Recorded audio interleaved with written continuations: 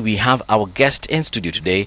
This is none other than Mark Ouko. He is a youth coordinator, National Students Council of Kenya. Mark, a very good morning to you and welcome to Radio Generation. Auntie, good morning to you. Good morning to you too. Yeah. National Students Council of Kenya. Yes. I thought it had a different name. This is on for universities, right? There are two. There's one that's called the National Youth Council. Yes. That's being, the CEO is under Gloria. Then there's also the National Students Council.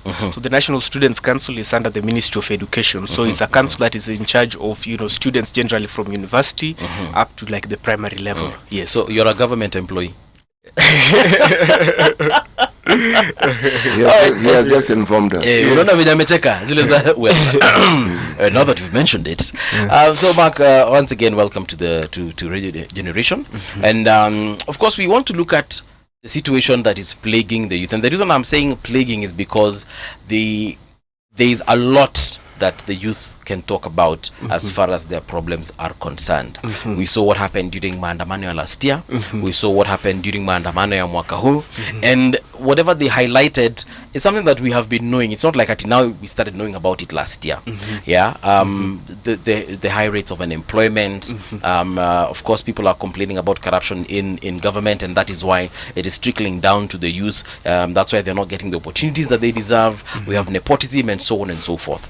So in your opinion, maybe you can just let us know, from your perspective, what is the real issue, before we even get to the politics part of it, what is the real issue that the youth are facing in Kenya today?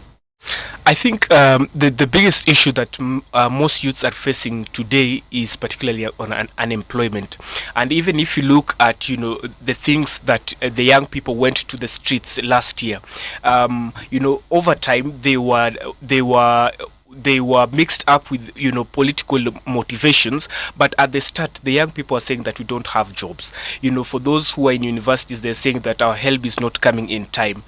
For those whom many of these young people, and one of the things that aggravates us so much is the public perception of people in government, particularly the political class, for us as youths. When you see somebody is putting on a watch of 900,000, and you cannot even afford to take 2 meals in a day, it's something that will obviously aggravate you. So I think the fundamentalism is, amidst all the things that were said, from high dependence of remittance, the economic situations and all that, the top fundamental issue is that most of them are unemployed. And the reason why I'm saying this is the biggest problem is that most young people do not have the privilege to think the way you and probably City and perhaps most of us can think. Because of this, there's this thing called the Maslow hierarchy, that the people who are normally at the lowest financial hierarchy do not have the privilege of self-actualization. Yes. You cannot start telling them to think about policies and all this when they cannot even afford to eat themselves. So the fundamentalism is the lack of employment. Yes. So who exactly is supposed to provide this employment? Because a government can't employ every single one of us. So when we are asking the government to help us get employment, what exactly are we asking the government to do? And why has it not done that, according to you? I think so. There's a concept called structural dependency. Okay, so structural dependency is where structures are created, and I don't know if this is just merely induced by political factors, but the political class, or say those who are in the political class, because they're the ones who run majorly most of these spaces where people could be employed, have created a structural dependency where most young people have to perennially depend on them for their perpetual survival in the political space. But even going back to your question, a president cannot just wake up today and say, I'm employing all these young people. You cannot just even I don't think if our physical capacity can allow that. I think there is need to create systems, and I don't know. Sometimes when we say this, it sounds very generic. That there's need to create systems on how we can absorb all these people, but also looking outside to the methodologies that can be used outside government, say such as how do we enhance our entrepreneurial culture. There is an upcoming digital incubated economy where so many people are earning through the online space. So the work of government, I hear sometimes people say that it is not the work of government to create jobs for young people, but to create a conducive environment. But we need to ask ourselves, globally, who is the highest employer of people? Globally is government. So I think where the rubber hits the road ultimately is that government would solely be the ones to take this responsibility of making sure that most young people are employed. Yes. But is the government really the largest employer? I thought the private sector is the largest employer. Really? Or are we looking at it as a single entity? Yes, as a single entity. Okay, yes. All right, fine. If we look at it that way, then, because I understand currently we have about 1 million employees, but Kenya has got 50 million Kenyans. Yes. And then if we factor in the youth, the youth are about what? Over about 15 million of us? Yes. Yeah? So actually I think it is about 18 to 20 million. So government really can't employ 20 million youths, and then where will people like Siti Muga go? So now I'm of the idea that we, as a young population, we need to stop looking at government as a source of employment, and perhaps we start thinking and innovating ways that we can actually use to make money for ourselves and earn income, and perhaps even employ other people. I understand government should facilitate that process whereby they make the environment conducive for businesses to thrive and so on and so forth. And to be honest, they have kind of failed in that particular aspect. But now, in the absence of that, what do we do? So I think as to one of the things that is coming well in the contemporary world is this digitally incubated economy, where you find most young people are shifting towards that because there is less demand of material resource to facilitate that. So if, for example, even if we were to discuss how does one open a radio station, a physical one like radio generation, most young people cannot afford to do that. So I think where government should derive more focus to is the space where most young people are actively participating. And the space where they're actively participating most is the digital space. So if the work of government is perhaps create that conducive environment, So for example, the last year during the 2024 finance bill, there was a clause around how do we bring taxes, because how do we tax these people who are making money? So because at such infant stages, it won't logically make sense, because most of these young people are actually just starting up. So I think there are so many variants, there are so many ways where still young people could still be absorbed, particularly on this digital incubated space. Yes. I don't know if you've had the chance to sit down with the president, have you?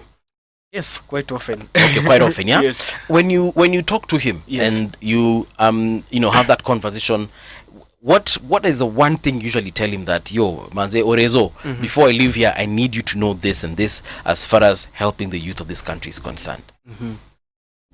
I think one of the things is we need to create more awareness around the youth funds that government has, particularly that will help them to grow. So, for example, there is the Uwezo Fund. Yes. There is the Nyota Fund. There was the other one, which was the Hustler Fund. The Hustler Funds. Right. So, Women Empowerment Fund. Something. Yes. So I've always the last time that I had met him when we had gone as Kisumu leaders from Kisumu County leader. That's the last time I met with the president. So I told him, if we can create more awareness, particularly around the government funds that are there to help young people, I think this is a space where we can have so many people. Like, for example, the Uwezo Fund, there's about 64,000 youths who are able to get help from it. But that one needs you to be in a group. You don't go there individually, right? No, but there's also there are also individual options which one can apply in. So I think such structural entities that government has created, such structural funds that government has created, if more awareness can be created around it, I think because there is the limitation as to the extent to which government can go in terms of helping young people. Right. Walk us through this thing that you're mentioning, awareness. What is it? What will constitute this awareness? And how will you determine that now those who have been targeted for this awareness are now aware? And then the role that the government plays, what exactly should the government do to ensure that this happens? I think one, fundamentally, it goes back to good political will, because if there is no the political will to have these funds reach the young people, get there, it won't happen because the funds are there. So the only problem is that most people are saying they are applying, but the money does not get to them. This awareness. Yes. How do you ensure Yes. that people have an awareness that enables them to take advantage of these funds? Yes. So we go to the most dominant spaces which young people are, right? So for example, most young people are in the the college space. Most young people, they are these community based organizations where young people are. We could vie through. So there's something called the concept of tipping point by Malcolm Gladwell, where he says that if, for example, you want to reach 500 people, you don't go and look for the 500 people. It's a lot of time and you may not possibly. You look for 50 effective people, so that these 50 people can get you 10 each. So that's the concept of the tipping point. That's a multiply effect. Yes, the multiply effect. So if, for example, if I want to get youths in Moroni, say for example where I come from, there is the member of parliament who could be reached. There are youth leaders who could be reached. The MCAs. There are the MCAs who could be reached. So that's the tipping point concept of how you can easily create awareness. But there's also the social media space. Yeah. Where has it been done in Kenya? And this place where it has been done, or the places, what have the results been? I think there are people, quite a number of people who have been able to benefit from these funds. So, like for example, the Ways of Fund, which I mentioned, about 64,000 people were able to benefit from this. But there's the question about political goodwill, because if the people in the political class in government don't want the money to go out. You're unfortunate, Mr. Ouko, because you come from the same place I do. Yes. Muhoroni. Yes. In this Muhoroni, has this thing worked? I do not have the exact data of people from Muhoroni who have been able to get aid from it. You see, the reason why I'm asking you these very direct and pointed questions. Yes. You happen to be in an organization Yes. that is supposed to help in such matters. Yes. Yes. So let me ask something that perhaps you can respond to Yes. with greater ease. What role does the organization play in ensuring that this awareness we're speaking of Yes. actually is enacted and that people actually get to understand, Yes. so that they can now move to the next point of benefiting from it? Yes. So, for example, the National Students Council, we have a leadership structure, right? So we have the people who sit in the National Students Council. Then we also have leaders in the devolved units. In the counties, we have different representatives. If government wanted to partner with us, although we are also part of government, if government wanted to use the National Students Council, we have leaders from across all these regions, from all these counties, whom we could, just send memos and they have discussions with their different people. So, for example, the National Students Council, we even have the constituency representative from Muhoroni. So we have the clear structural way on how this thing could reach. But there are so many ways in which young people could be reached. It could be via, the social space. It could be the, physical space and all this. You're a high-ranking official in this organization. Yes. So I'm going to take you to task. Yes. I need to understand Yes.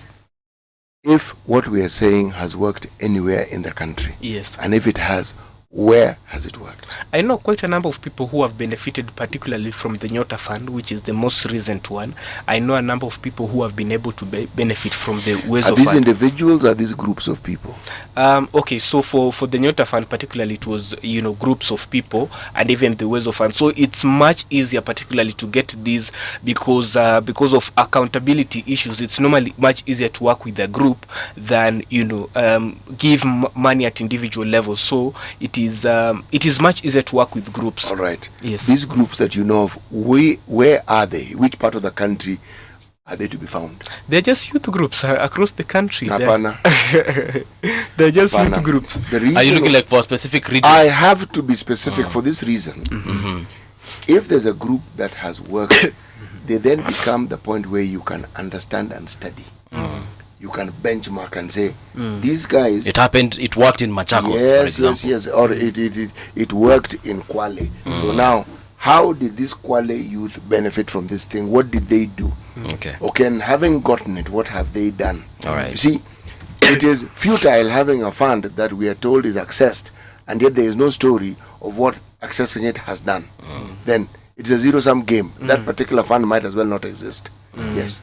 I think what you're trying to shift the discussion is that we move from like the statistical, we have this number 64,000, but yourself, you cannot trace somebody who was able to receive this That thing. is precisely what I'm saying, because it is stories, success stories, that make people understand that it works. Yes. All right? Yes. If there is a youth group, Yes. let us say from Muhoroni, where we come from, Yes. okay? Yes. And they decided that what they are going to do with the money is they are going to create nurseries for indigenous trees. Yes. For example. Yes. All right? And they get the seed from the Department of Forestry, Or kefis. whatever and the research institute that deals with forestry, Yes. and they plant it. Yes. And they tell you, our target was to have a nursery of 10,000 trees of around some 50 different varieties. Okay? And they would say, from the research that KEFIS has provided us with, the sort of trees that grow well, for instance, in the Fort Tenan area are these varieties. In the Koru area are these varieties. In the Muhoroni area, it's these varieties. In the Chemelil areas, it is these varieties. And we have targeted first the number of schools in that area, and they are these. So these schools have received these trees, okay? These ones have received these trees. And we will give them more trees, or we'll sell when they do A, B, C, D. And we've engaged the board of management of these schools. Now that is a plan. So one can see and understand and say, after a year, we are hoping we'll have X number of trees. After 2 years, X number of trees. That is a plan. And you can see where it is going. And you will even say, we sell each seedling for 2 shillings or 3 shillings. It's a business whose structure is easy to understand, and the outcome is also easy to understand. So, but when we are told it is 64,000, I've got the 64,000. It's not the 64 not in one place. Where are they? And how can we use them to study the process, the progress, and the effectiveness of these funds that they've received? That is really what I'm asking. Yes. Yeah, I think I do agree with you, because people tend to trust mechanisms that have worked before. So I think perhaps what more government should lean towards is doing more awareness, particularly of the people Mr. who are Ouko, you are government here, so And there's the reason why I asked you that you work for Gava. yes, because We needed to get that first of all clear. The intentions we understand, and we I'm a proxy, appreciate. and I don't work for government. No, you don't, but your proximity to government is greater than ours. And you are involved in something that is supposed to alleviate this pain point that we keep talking about. The youth, opportunities, work, all that. See? I mean, it is safe to assume that right now you don't have the statistics that we're probably looking for. But let me ask you something. Are you in any kind of business yourself? Do you conduct any business? No, I All right. don't do business. Do you think that the youth in this country are able to start their own businesses and make a living for themselves? I do think there's that feasibility, but I think particularly there is need around resource mobilization. Right. Because if it is around knowledge as to whether how to do, most of these people are learned, entrepreneurial culture and all these generic things that could be said around how to start a business. We can watch YouTube and all this, but I think fundamentally it all comes down to how do we mobilize resources for young people to start up businesses. Yep. So it's just like going back to what I'd said about the tipping point concept, that if, for example, government is able to give a youth such as Mark funds that will enable him to hire another 4 or 5 people, then there will be some progress. Not just resource mobilization, because it's not feasible to have all these youths to have resources that will enable them to start business. But we can diversify it once there are people who are been given resources. Okay. Sorry. No. Let me ask you a question. How often, now, let me backtrack. The youth are easily reached through social media. Now, how regularly do you post? And which of the many social media platforms do you use to reach the youth? So there's this thing. If you look at the people who will post, for example, on job opportunities or how there can be access to funds, I don't think most youth people tend to incline towards such kind of content. If you look at the kind of content that most young people are aggravated to, it could be, one that is of form of entertainment, if it is not political. So that's why I think that I goes back to what I say, it's all fundamentally dependent on political goodwill. If, say, the people who are in the political space, because they are ones who tend to lead this discussion, say even on X, if there could be a narrow focus on how then we can have discussions on how people can, young people could be employed, such things will make, much perspective, much better. Look, the fund is intended for business purposes. Am I right? Yes. It's unfortunate that our education system Yes. doesn't have a curriculum Yes. that actually prepares the student's mind to think of creating businesses. Ours doesn't. Yes. It seems to prepare them to be employed. It's a Yes. problem. So now when we say there is a fund and we want them to leapfrog from waiting for a job to now being a business person, Yes. there's a bit of an issue here. Yes. There is a platform called TikTok. And then talk. I'm told the youth love it. Do you think that if your organization, the things that you say need to be done and the things that could be done and the opportunities that could be possible and which could be taken advantage of by the youth, do you think that if there was a consistent communication through such a channel, that very many more people could be reached? Because as you say, many probably don't like certain things, but what stops you from focusing their interest with the fund that is available? Can the fund is the fund flexible enough to accommodate what these young people are interested in? So I do agree with you that particularly if young people could be taken towards that route, but the fundamental problem we also face with that is the public trust. And I think it goes, if I retract this, it goes back to what you're saying. Because if I'm to see Wezo Fund on TikTok and I don't know any of my friends who has been able to, get aid from it, I'm like, this is just normal generic government stuff, for, public relations. So I think, one, it goes back to the efficiency and, the public relation that this thing actually works. It's like, for example, I don't know, there are things which we know are too obvious. Like, for example, if you discuss about football, there are things which we know that actually do work. So if the public trust could be elevated, that a fund such as Wezo Fund, Nyota Fund, Hustler Fund, these things do work. Who is supposed to do this? You say government. Yes, of course, government. All right.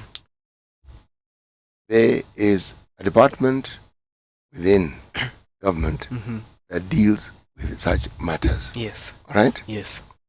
Now, back to you and your organization. What do you people do? As we just create awareness through our structures that do exist. Now, that was my point exactly. Yes. When I talked about social media, Yes. that is precisely it. Yes. This absence of information and knowledge, Yes. if it appears once, clearly people will respond in the manner that you have stated. Yes. Mistrust, then blah, blah, blah. But if it is consistent, Yes. you see, the thing about putting information out there, Yes. that process will get a response. Yes. If there's no uptake, that's a response. Yes. Okay? Yes. So then you have to go back and ask, how do we need to present this so that we can get people taking advantage of it? And it won't take a day, it won't take a month, it may take some time. Because sometimes also, people may be focused in an area and you put it very well because they can see their friends have participated. Yes. So, but does that stop us from trying to get them interested in other things that they don't necessarily find interesting at that point? I think it's, this thing, say for example, if I'm to post a video on somebody joining University of Nairobi, Faculty of Law or Journalism, it's more easy for me to trust because there are people who have been able to go that. The hugest deficit that we have is that people cannot, there's no traceable, there's a deficit in terms of the traceable identity of people who have been able to successfully benefit from this. Why is it difficult? the fund itself should be able to tell you who it is who has benefited. But I think if you look at it in terms of percentage, if say for example Uwezo Fund, you have 64,000 people who are only able to benefit, and you have a youth and employment rate at people about 3 million, 5 million people who have been not able to successfully being employed, they will be like, okay, where does this thing work? 64,000 is what percentage of, say, if 5 million people who are not employed? Yes. All right. Mark, kindly allow me to ask you to get closer to the mic. Okay. Yes, ndio tukusikie vizuri. Okay. Now, I wanted us to talk about the education in our universities. Yes, yes. Do you think we are getting this? Do I want to call it entrepreneurial skills or entrepreneurial education in the universities? Do you think it's, number one, it's sufficient? Because I have this feeling like we only go to study in the hope of getting jobs after we graduate from university. Yes. Yeah. So do you think, first of all, we're getting the necessary skills to be entrepreneurs in whichever field, whether I'm a medical doctor, whether I'm studying to be a nurse, a lawyer, an engineer, or whatever? So I think the fundamental problem goes to the way our education system has been designed. Okay. So there's just a traditional pathway that primary, high school, university, study after here.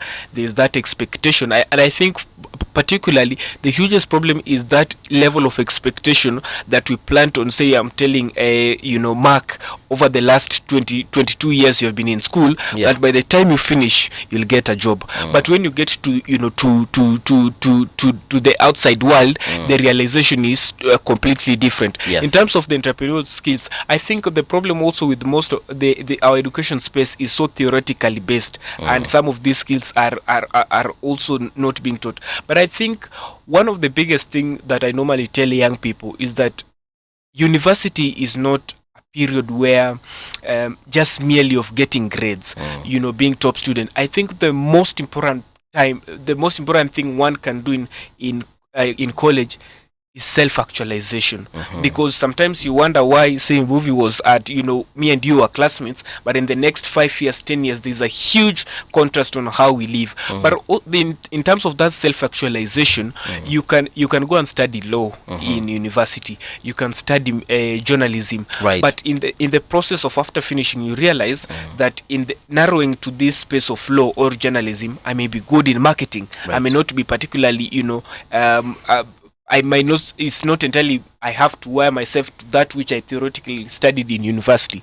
So I think, one, there's a huge deficit in terms of self-actualization from people because many people after they graduate, they are like, what do I really want to do with my life?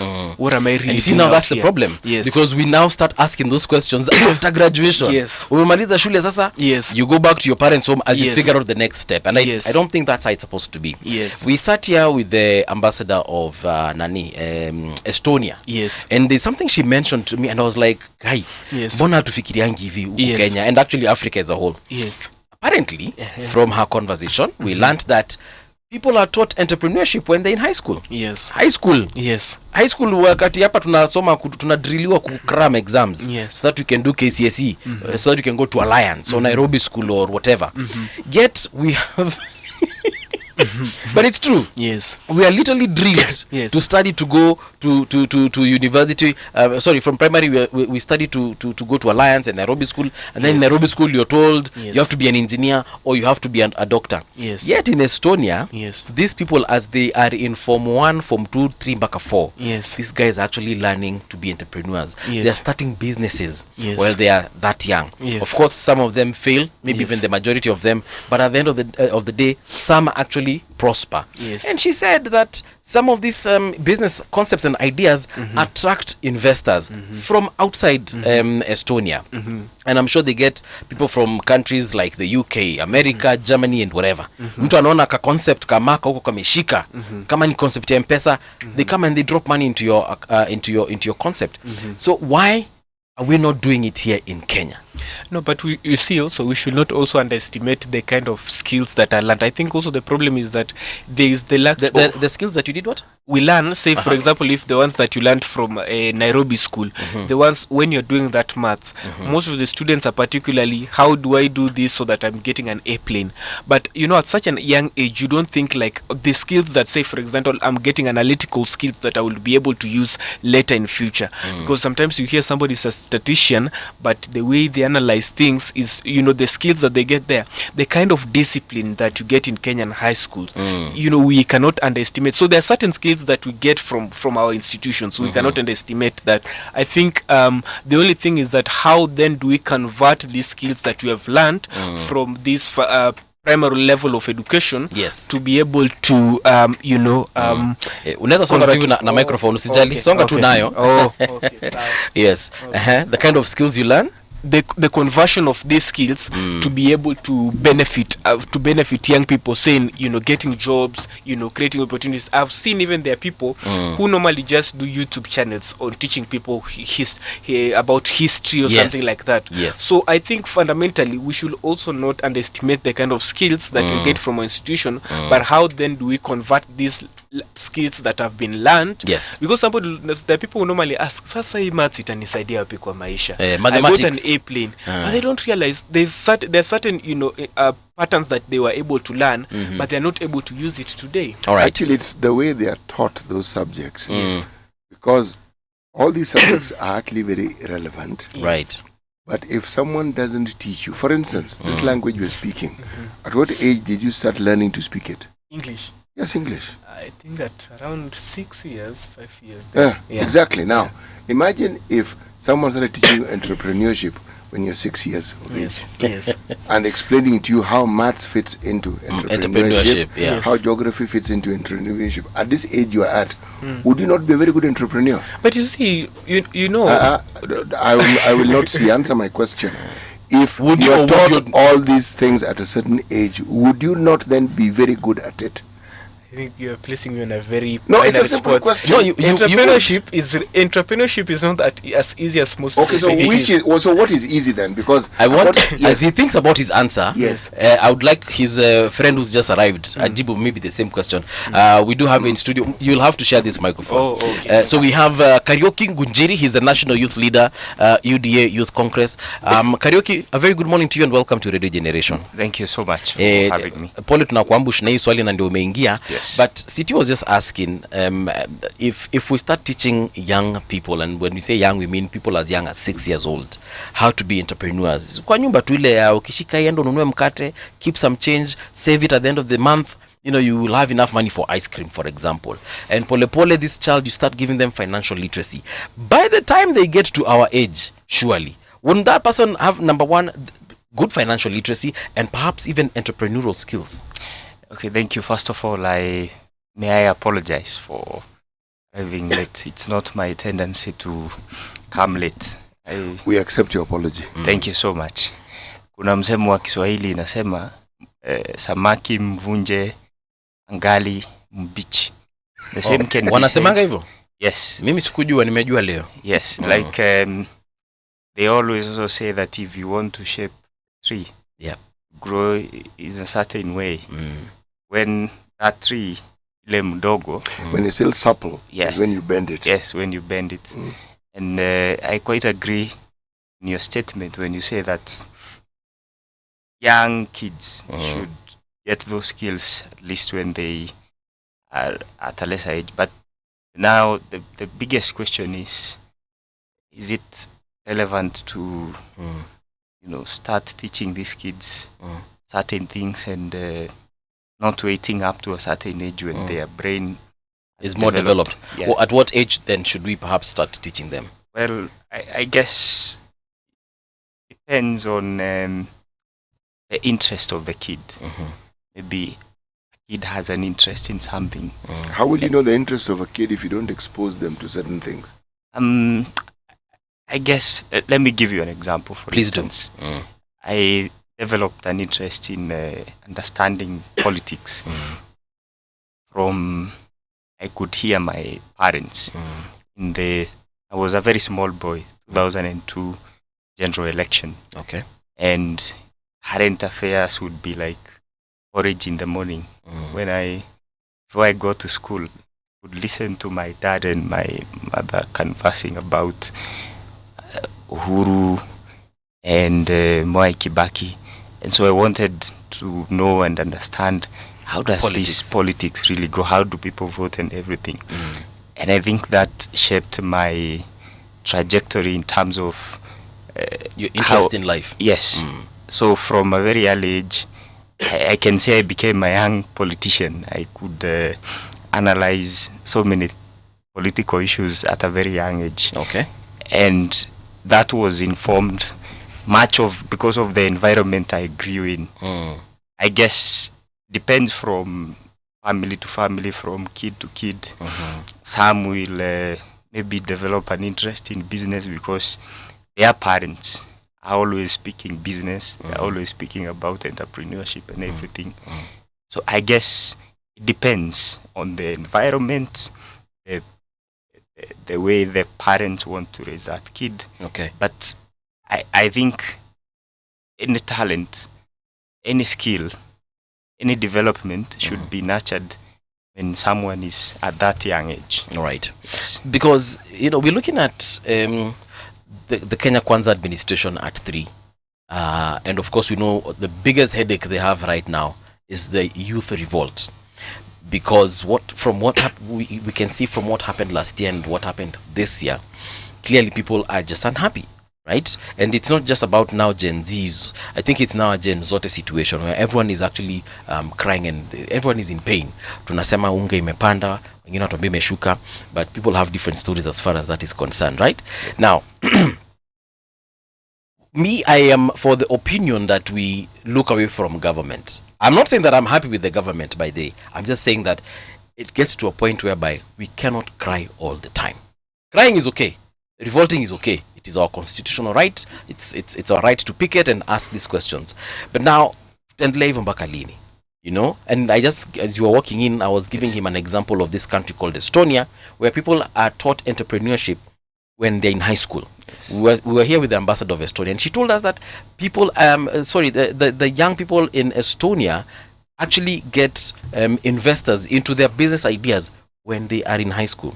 Now, by the time this person is graduating from university, if they do decide to even go into university, because by the time unamaliza Form 4, someone is investing millions and millions of shillings into your idea, surely hata wewe kidogo utaangalia university ikae ni kama it's just a waste of time.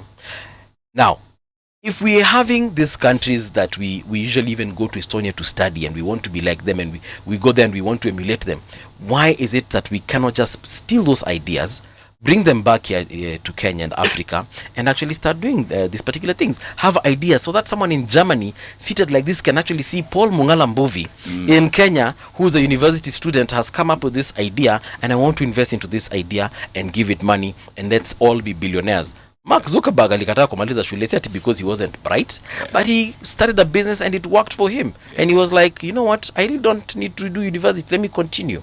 And we can mention a couple of other people I'm forgetting right now. Bill Gates is another example. So if Bill Gates alikaa hivi angoje serikali imsaidie, sasa tungekuanga na Microsoft wenye tuko nayo. If Zuckerberg angemaliza university na angoje serikali impatie kazi, we wouldn't be having Meta. So are we getting it wrong as the youth in this country? It is okay to picket, but what are we doing for ourselves? Kariuki, I'm going back to you. In fact, thank you so much for that question. I have for a very long time been talking about the same issue, and I have even written at length on the same matter. And I have been asking the young people of the country, there's something they always call being a rebel without a cause, where you are in a constant agitation for something, yet we don't, as young people, want to offer solutions. And even in recent history, I want to give you an example. There was some uprisings that happened in the Arab Spring, and young 2012. Yes, young people came out to picket, demonstrate, and the regimes fell in those countries. Yes, but there was a solution to, the issues that the young people were asking, and the same conversation now comes back to when we had, for example, the Gen Z protests, and many people were asking, so how does this Gen Z protest end? How do we sort the issues that these young people were talking about? Yet, even when these young people are called to a conversation to talk about what they want changed, most of them will say that they are not interested in the conversation. And that throws us as young people in bad light, because we look like we are always going to the streets to empty our grievances, while we could picket. Yes, young people could go out and express dissatisfaction with certain things, public policy, how things are being done.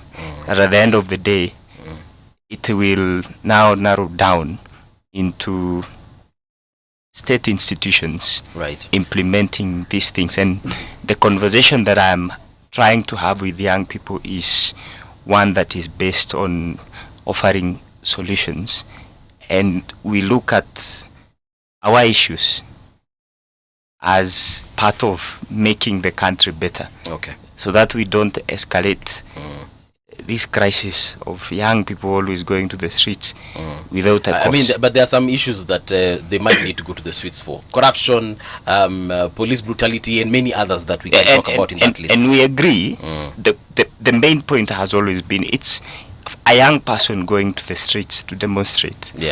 Means that they are expressing themselves. They are participating in their patriotic duty as an active citizen. There is no contestation about that. The Constitution allows that. But where does this end? So what solutions do the young people bring to develop this country? And it is impossible to build a democracy like ours in such a constant rage where we are always angry at everything. I want to look forward to a day where young people will stand and whatever they've been asking for will be done. State institutions will respect the young people and will sit and say, whatever we did not go to waste. Whatever young people wanted done did not go to waste. And I will give you an example. Before the 2022 election, I led the young people to signing the National Youth Charter. I participated in writing the National Youth Charter. That National Youth Charter is a document that is supposed to guide the Kenya Kwanza administration on issues that are specific to the youth of this country, including even students. That National Youth Charter, actually right now, even at the party level, is what we are trying to institutionalize so that young people become familiar with it. And when we talk about developing public policy that involves young people, it can respond to what was within the Kenya Kwanza manifesto. It is a duty of those of us who every day call for better governance to be sensible, to engage on a platform that strengthens these governance systems and not from outside. Because if we participate in decision making in the country and we want to be involved in issues that are pertain to the youth, we cannot be seen to be engaging in rhetoric while we lose an opportunity that allows us to influence the decisions that we want the government to make on our behalf. So Ruto at 3, for me, means certain things. We had talked about jobs. According to that thing that that you, I'm forgetting what you called it, but that the National Youth Charter. Yes, that charter that you had written. In terms of, if you were to score the president, what percentage of score would you give him? Would out of 10, I would give it a 7 so far. Really? But yes, you know why? We had discussed the issue of jobs, and I can look at the statistics today and see that some of the programs that we anticipated, because there was supposed to be an interchange between the main manifesto Right. that the Kenya Kwanza launched, the Youth Manifesto, PWD. We used to call them the Economic Manifesto, Okay. the one that has those programs, and this other one. So the jobs that we were discussing in affordable housing, the jobs that were being created in what they are calling the Kazi Maju, the internship programs, issues of the model of the university, Right. all those things put together. Today, I can say that in the housing program, we at least have been able to achieve, Yeah. 70% of the jobs that we are targeting in that scheme. Okay. Yes. CT, 70%. Well, that's his view. What is your view? Yeah. Just grab that microphone. Yeah, I think the president has done fairly well. I think we can give him. I would also perhaps suggest he can still be given a 7 out of 10. So there are three things. One, when people are electing a president, the factors that make them elect a president, they normally elect somebody with some utopian beliefs. Or if you look at even the factors that will lead people to elect, say, Mbovi as president, probably will be because we come from, there's a tribal alignment.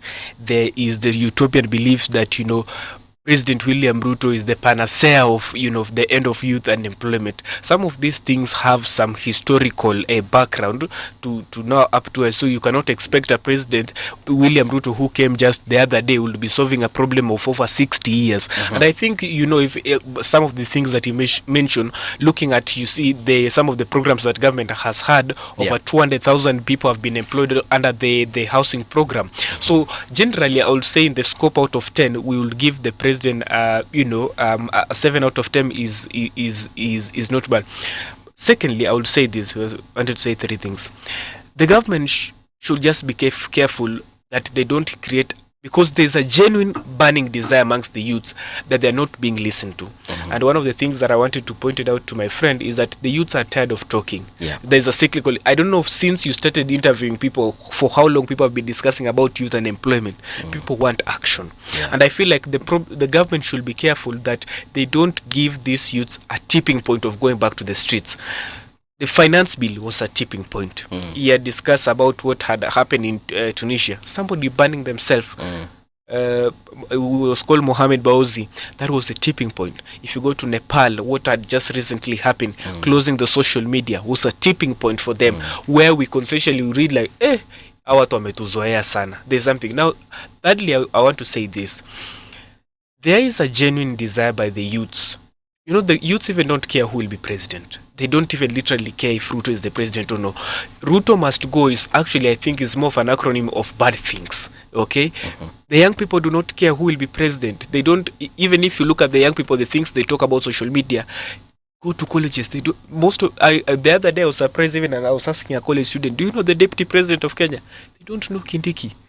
Those who are less politically conscious, they don't know even Kindiki. They don't care. Yeah, there are people who don't even. They are people So who. what do they care about? They care about getting jobs. I would expect them to know who the deputy president of their country is. It was very funny for me because one of the things also you need to realize that politics is for the conservative. Often the people who are conservative in nature, the ones who are normally politically conscious. Okay. So there's a day I was asking somebody, do you know your deputy president? Like, who is a deputy? I used to know it's Rigiji. I would understand if they do not know a certain CS, because there are many, they are new, some of them. I'm telling you, they are not noisy, but the DP, there are people who don't know the deputy president of Kenya.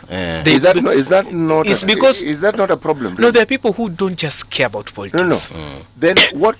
The very thing that influences their lives they don't care about, and they think it is a good thing for them not to care about it. Yes, and no, but also one of the things I've told most young people, you don't have the privilege of not involving yourself in politics, because everything is almost political.